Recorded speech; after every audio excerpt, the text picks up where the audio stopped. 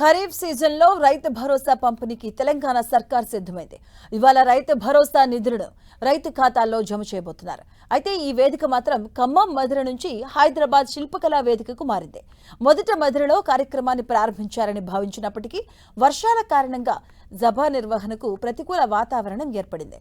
ఇవాళ సాయంత్రం 4 గంటలకు హైదరాబాద్ శిల్పకళా వేదికలో ఈ కార్యక్రమాన్ని నిర్వహిస్తుంది రేవంత్ రెడ్డి సర్కార్. తెలంగాణలో రైతులకు పెట్టుబడి సాయం అందించేందుకు రాష్ట్ర ప్రభుత్వం రైతు భరోసా పేరుతో ఎకరానికి 12,000 రూపాయల సహాయాన్ని అందిస్తుంది.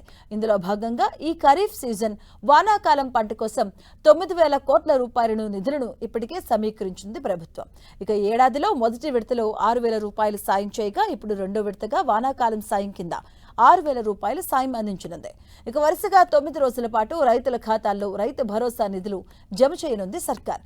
సుమారు 70 లక్షల మందికి పైగా రైతులు ఈ పథకం కింద లబ్ధి పొందబోతున్నారు. మొదట ఎకరం నుంచి మొదలుకొని 2, 3, 5 ఎకరాలు ఇలా 9 రోజుల పాటు వరుసగా రైతు భరోసా సాయం నిధులను నేరుగా రైతు బ్యాంకు ఖాతాలో జమ చేయబోతుంది ప్రభుత్వం.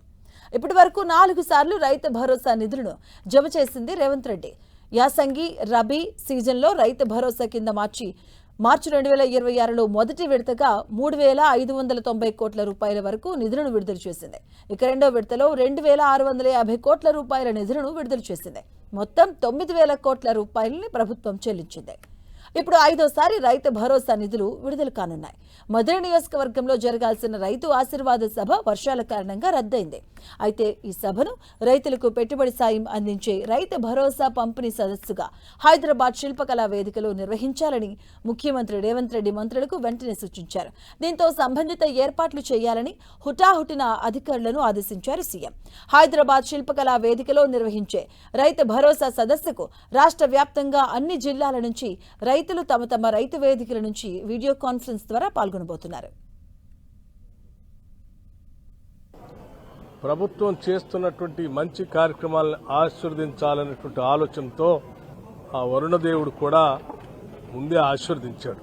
ఇక్కడ వచ్చేటువంటి రైతాంగ సోదరులకు కానీ సభాస్థలిలో కానీ కొంచెం బురదమయమై సభ నిర్వహించడానికి ఇబ్బందికరంగా ఉంది. కాబట్టి ఈ సభా కార్యక్రమాన్ని తొలి రోజే ఇక్కడి నుంచి మొదలు పెడదాం అనుకునే ఈ కార్యక్రమాన్ని ముగింపు కార్యక్రమంగా, అంటే రైతు భరోసా రైతులకు ఇచ్చేటువంటి కార్యక్రమాన్ని ముగింపు కార్యక్రమంగా, అంటే వర్షాలు వెదర్ ఫోర్కాస్ట్ ఇన్ఫర్మేషన్ తీసుకొని దానికి అనుగుణంగా ఒక డ్రై స్పెల్ కనీసం 1-2 రోజులు ఉండేటట్టుగా చూసుకొని ఈ సభని నిర్వహించాలని ఎవరో ముఖ్యమంత్రి గారు కేబినెట్ నిర్ణయం చేయటం